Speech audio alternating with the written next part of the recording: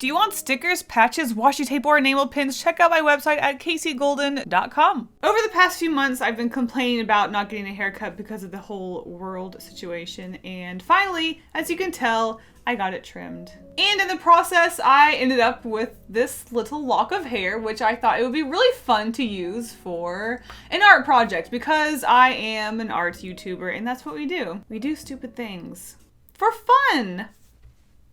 So that's what we're doing today. We are creating a hairbrush out of my hair and we're going to paint with it. Let's get into it. So I don't really have any sticks or anything in my house that would be good for a handle. So I went outside and I gathered some actual sticks. This one's entirely too long.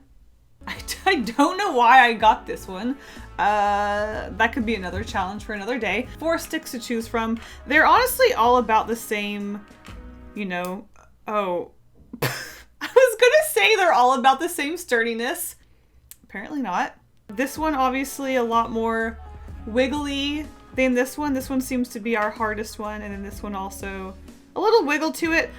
I think I'm gonna trust this one because it didn't snap in half immediately when I touched it. Now, should I do the smart thing and look up, I don't know, tutorials on how to properly make a brush, or should I wing it stupidly and make mistakes and laugh at myself? Oh yeah, we're gonna make mistakes for sure. So I thought it would be fun, like I said, to just kind of wing it and do things my stupid way. So I thought I would actually just go ahead and attach the brush directly to our stick.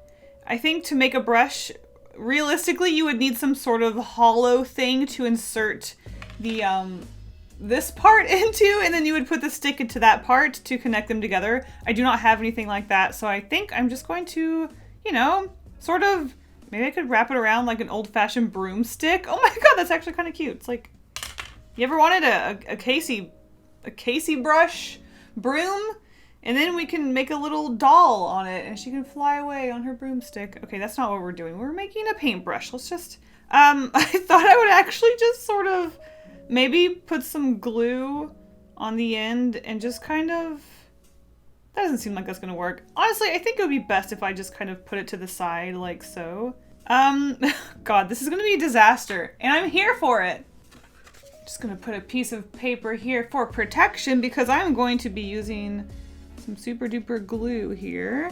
All right, I'm just gonna dip the hair into all that glue and hope it kind of just keeps it all together. Yeah? Is that the best way to go about that? Absolutely not. Okay, today I learned that super glue chemically burns hair or something. Wow, there was actual smoke coming off of the hair. What am I doing?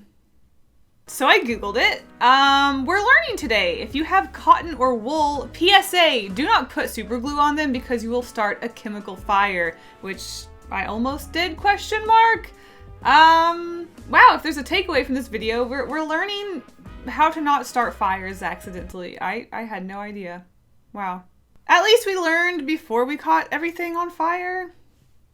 Okay, so maybe I almost burned the place down. Either way, we have our hair glued to our stick and a small piece of tape around it. So next, just to make things look a little nicer, I thought I would use some nice brown string just to make things look a little aesthetically pleasing, a little better looking than, well, a piece of tape.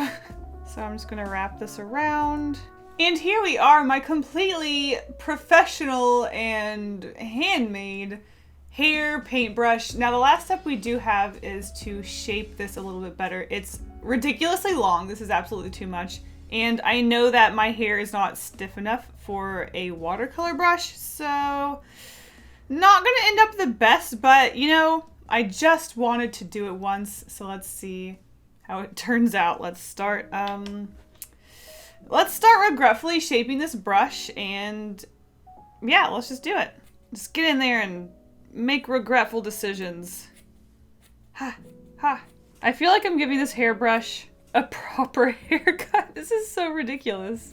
Oh, Casey, you went to school for graphic design. Where do you see yourself in 5 years? Oh, you know, giving a hairbrush a professional haircut. I'm realizing I should have maybe made 2 brushes, one with a few bristles and one with a lot, but you know what? We are at the conclusion that we're at, and it is a big brush. But I do want to make it a lot shorter because the longer it is, the harder it's going to be control, so. And here we have it, one pile of hair clippings later. We have our somewhat shaped hairbrush paintbrush. I'm pretty interested in how this is going to work. It feels nice and soft. It is a little not stiff enough for watercolor, so I'm really curious to see how that works. I'm also curious to see how many pieces fall out because, oh boy, this is as secure as a dollar store watercolor brush. So we'll see how this turns out. And yeah, there it is. Here is our hairbrush paintbrush, and I'm ready to test it out. Let's get into it. First, I gotta clean this up. Oh boy.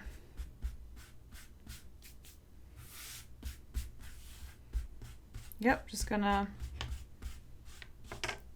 slowly, kind of, yep. Yeah, this is the fun behind the scenes you guys don't get to see. All right, into the fun. All right, we've got our watercolors, we've got our handmade brush, and then we're gonna try to grab some paint here. Right away, I will say, it just looks like my hair when it gets wet and I get out of the shower. You can tell that the watercolor is not, you know, like floating in water in the bristles like it would a normal brush, because it's not a normal brush. Okay, let's see. Oh, okay, well, wow, you know, hair does hold a lot of water though, because when I get out of the shower, there's water literally dripping out of it. I do really like this texture. This isn't the normal dry brushing effect you would normally get with a paintbrush, but I absolutely love how chunky that is, and that would be perfect for a gradient for my style. Oh gosh, there's like hair falling out just so much. Let's see if we can get like a nice gradient. Orange gradient. I'm not testing the watercolors, obviously. I'm testing my ability with what the brush can do. So far, it seems to be working pretty nice, I've got to be honest. And I can't really get as small of a detail as I would like just because of the size of the brush. And that is on me. I am actually quite impressed with how much water is held into it. And even though you don't get a nice smooth gradient like you would with a normal brush, I actually really do like the chunkiness and the unpredictability of it. I actually think that's quite nice with this dry brush. And it's a different effect that you know, don't see in normal watercolor brushes. Actually, it really reminds me of like a Procreate brush. Those are so textured and chunky. But yeah, let's work on a actual illustrated watercolor piece.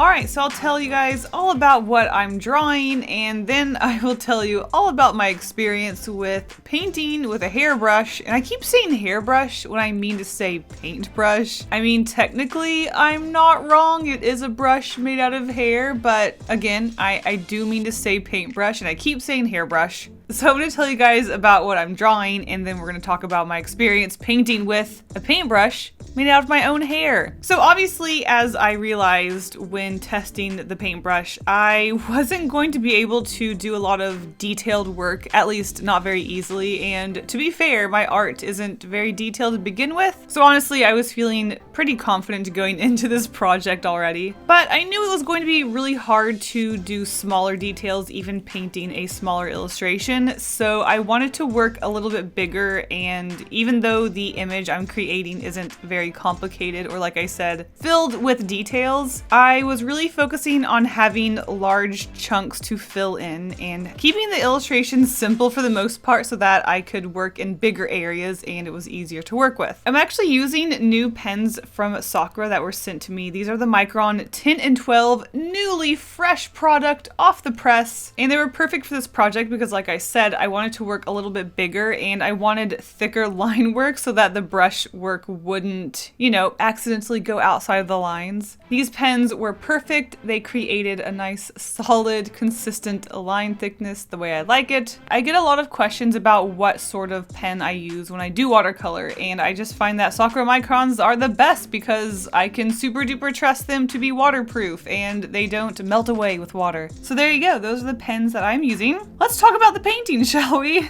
So like I said, I was actually pretty impressed with the amount of water that was able to be held in this hairbrush. And again, like I said, I don't know why I was surprised because when you get out of the shower, your hair is soaking with water. So obviously it does have the ability to hold water. It's just that it doesn't have the ability to hold the water in. So it does immediately start dripping out, whereas a actual watercolor brush has the ability to hold the water and also have, I don't know, consistent extraction of said watercolor. Wow, how do you describe what a watercolor brush does? So I think the biggest struggle with the hair watercolor brush was the fact that you would put the brush stroke down and all of the water would just immediately come out of it instead of coming out consistently. So that was kind of a struggle to spread the watercolor, but to be honest, as long as I had patience and worked with it, it did a really good job, as you can see. I have some lovely flat washes. I have some great textures. I think the biggest mistake I made was making the brush so big. Like I mentioned, I wish I did make one small one and one medium one. Having a really large brush makes it hard to work with, but as you can see, I made it work. Now I will say this brush was perfect for textures, and I do have to wonder what sort of different textured hair would make different textures. I'm talking wavy hair, I'm talking super curly, tight curly hair. Those types of hair types would probably make for really fun textures when it comes to painting, and I'm just really curious as to what they would be like. So if you guys have a different hair type, be it curly, wavy, maybe a stiffer type of hair, I say if you ever get a dramatic haircut, make sure you keep a chunk of it and create a hairbrush with it. And I said hairbrush again.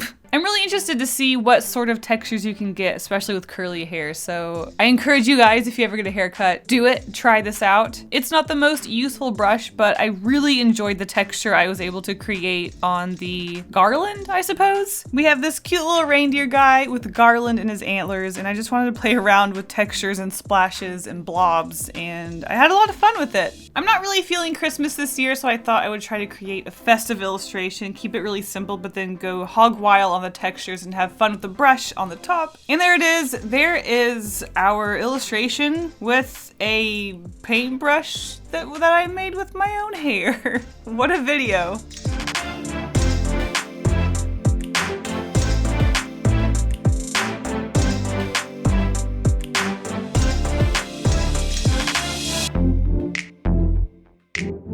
And there you go. Can you turn your hair into a paintbrush? Technically, yes, but is it useful? No. Was it silly and fun? Yeah. So, there you go. That's the video. Stay golden. Bye. And I'm back to give a huge thank you to all of my patrons for their support. You guys are seriously amazing. If you want works in progress, early access to my videos, coloring pages, and more, check out the link to my Patreon in the description. Thank you guys all so much. Okay, bye.